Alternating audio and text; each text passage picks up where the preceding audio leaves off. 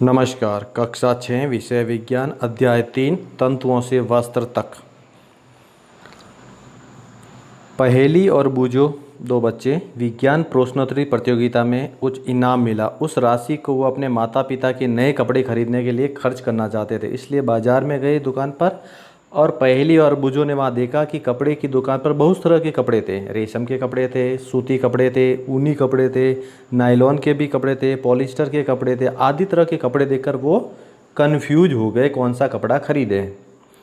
तो दुकान पर कई किस्मों के जब उन्होंने कपड़े देखे तो उनको देखकर पहेली और बूझो को ये महसूस हुआ कि कौन सा कपड़ा हम यहाँ से खरीदें और कौन सा कपड़ा नहीं खरीदें।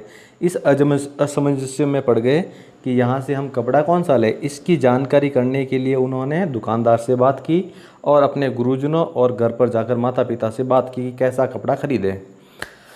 तो सूती कपड़े का एक टुकड़ा लेंगे हम, उसमें देखेंगे कि जो किनारे पर एक ढीला धागा होता है उसे खींचकर बाहर निकालेंगे और देखेंगे कि कपड़ा किस प्रकार से निर्माण किया जाता है। आप देखेंगे कि कपड़े में बहुत सारे धागे होते हैं जो आड़े सीधे जोड़ करके कपड़े का निर्माण किया जाता है। इस तरह से कपड़ा बनता है।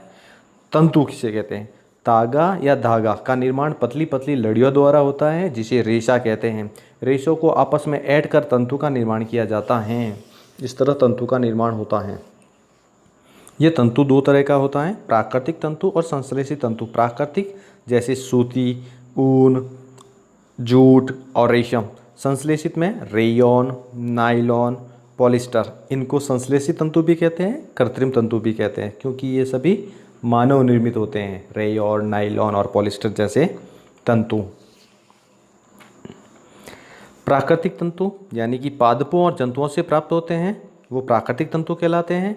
और संश्लेषित तंतु जो मानव द्वारा फैक्ट्रियों में निर्मित रेशे होते हैं उन्हें हम कृत्रिम तंतु या फिर संश्लेषित तंतु कहते हैं। प्राकृतिक तंतु पादपों से जैसे कपास, जूट, पटसन, नारियल के पौधों से प्राप्त होता है। जंतुओं में बकरी, भेड़, ऊंट, रेशम कीट, इनसे प्राप्त होता है। और संश्लेषित तंतु कृत्रिम तंतु है जिसे रासायनिक पदार्थों द्वारा निर्मित किया जाता है फैक्ट्रियों में। इस प्रकार ये कृत्रिम तंतु बनता है। कुछ पादप तंतु। कपास का पौधा। कपास के पौधे में जो फल होता है उसे हम गोलक कहते हैं। इस गोलक जब पक जाता है तो पकने के बाद में इसे बिनोला कहते हैं। और इस बिनोला में से रुई प्राप्त होती हैं। तो जो रुई होती है उस रुई के अंदर कपास के तंतु होते हैं और उसमें छोटे छोटे काले काले बीज होते हैं। रुई और कपास आपस में गुथा होता है जो बिनौले के रूप में पैक रहता है। तो बिनौला जब खुलेगा तो उसमें से रुई और तंतु अलग अलग हो जाएंगे। अब जब रुई के तंतुओं को बीज से अलग किया जाता है उस विधि को हम कपास ओटना कहते हैं। यानी कि बिनौले में कपास के रेशों के मध्य जो बीज पाए जाते हैं, इन बीजों को और कपास के रेशों को अलग अलग करना कपास ओटना कहलाता है। आप देख सकते हैं किस तरह से ये कपास ओट रहा है व्यक्ति। इस प्रकार कपास को ओटा जाता है। अब है जो पटसन का पौधा होता है उससे हम पटसन का तंतु कैसे प्राप्त करेंगे। तो जो पौधा होगा उसमें जब फूल आने लगेंगे तो उसके तने को काट करके हम रख देंगे और उस तने को 10 दिन के लिए पानी में डुबो कर रखेंगे। फिर उसमें जब वो गल जाएगा तो उसके तने को छील छील करके हम पटसन के तंतुओं को अलग कर देंगे, यानी उसके तने को छीला जाएगा और इस प्रकार हमें पटसन का तंतु प्राप्त हो जाता है। रेशों से तागा बनाना, कताई। वस्त्र बनाने से पहले तंतुओं को तागे में परिवर्तित कर दिया जाता है, यानी कि रेशों से तागा बनाने की जो प्रक्रिया है उसे हम कताई कहते हैं। और कताई के लिए जो सरल युक्ति काम में ली जाती है जिसे हम तकली कहते हैं। हाथ से प्रयुक्त कताई के लिए चरखा भी बहुत प्रसिद्ध है। जो गांधी जी का चरखा है वो क्रांतिकारी था, प्रतीक माना गया। तागे से वस्त्र बनाना, बुनाई। तागे के दो सेटों को व्यवस्थित करके उन्हें वस्त्र का निर्माण किया जाता है जिसे हम बुनाई कहते हैं। बधाई में भी तागों के सेटों को व्यवस्थित करते हैं। वस्त्रों की बुनाई करघों पर की जाती है जिससे हथकरघा कहते हैं। ये औरत हथकरघा पर काम कर रही है। रुई से वस्त्र बनाने की विधि।